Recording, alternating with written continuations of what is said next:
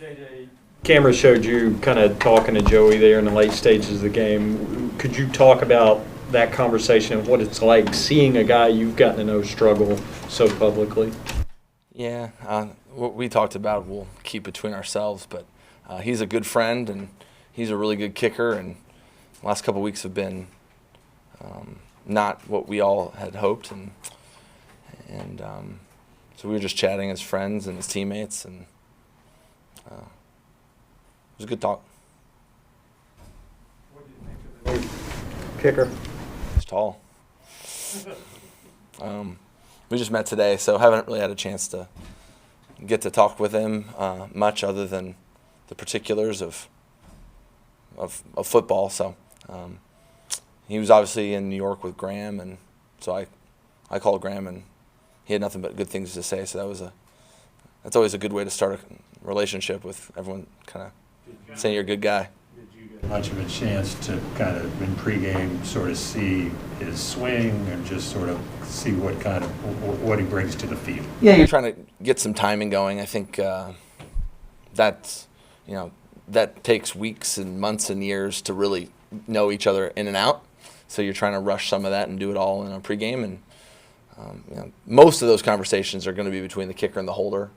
I'm trying to do my piece and get kind of on their timing. So we try to do as much of that we could in pregame. We've done it before in the preseason. It's not an unusual thing, so nothing new there. Never looked that big in number 9. What have you ever been around a bigger kicker?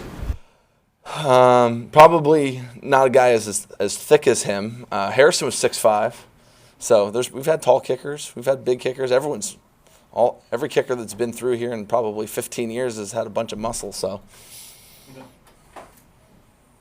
When you see someone like Joey, who you've spent this much time around and kind of seen him since he came in to take Graham's spot, when Graham was injured and all of that, and see him going through this, I mean, how do you kind of view that as a veteran on this team and helping a young guy like that out? Well, he's a great kicker, and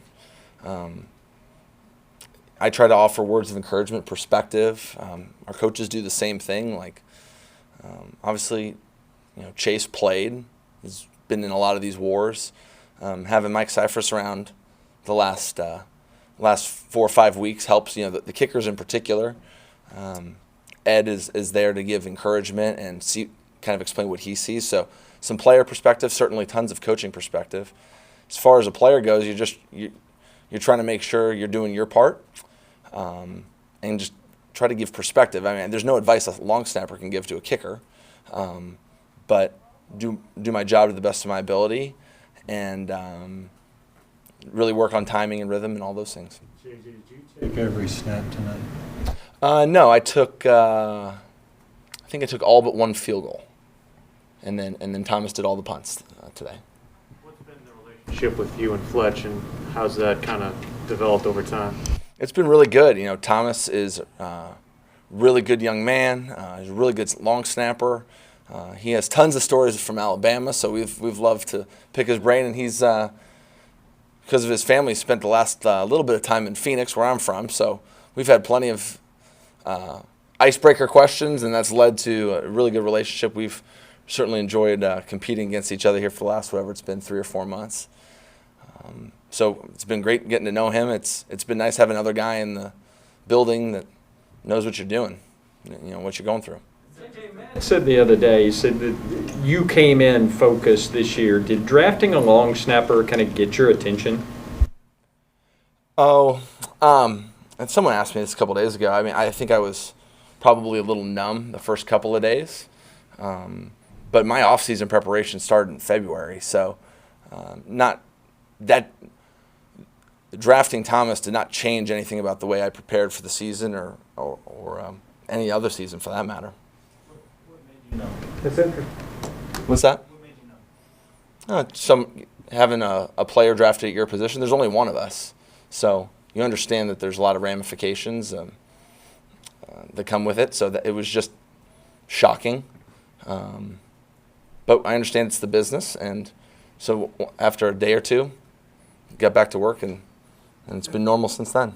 It's interesting, when the camp started, many people, us, were wondering, are you going to be here at the end of this camp? Because of drafting a long snapper. And now here at the end, you're consoling a guy that everybody thought would make the team in Joey, and he may not make it. What is that whole dynamic like? I think we're all on day-to-day contracts, and so each day we have to all come out and compete for our job, and so I don't know if I've really given that much thought, to be quite honest. I don't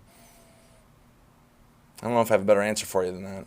Do you think with your performance this summer, you deserve to be the long snapper?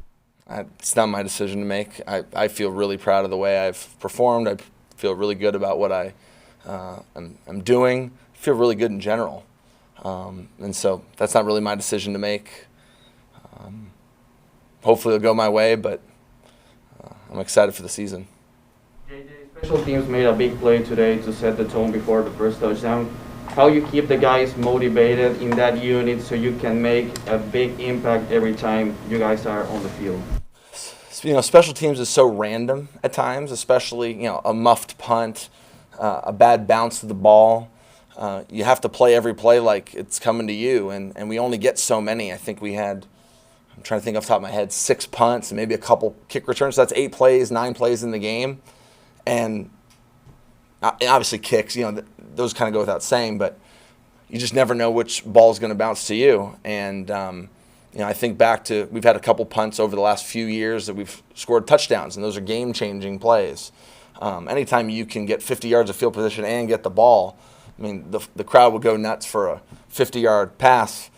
To get a muffed punt and be down there, and the guys they're hustling, they're flying around, and then obviously you saw the excitement of the guys and trying to score. It's a muffed punt, so they can't score, but they still want to score, right?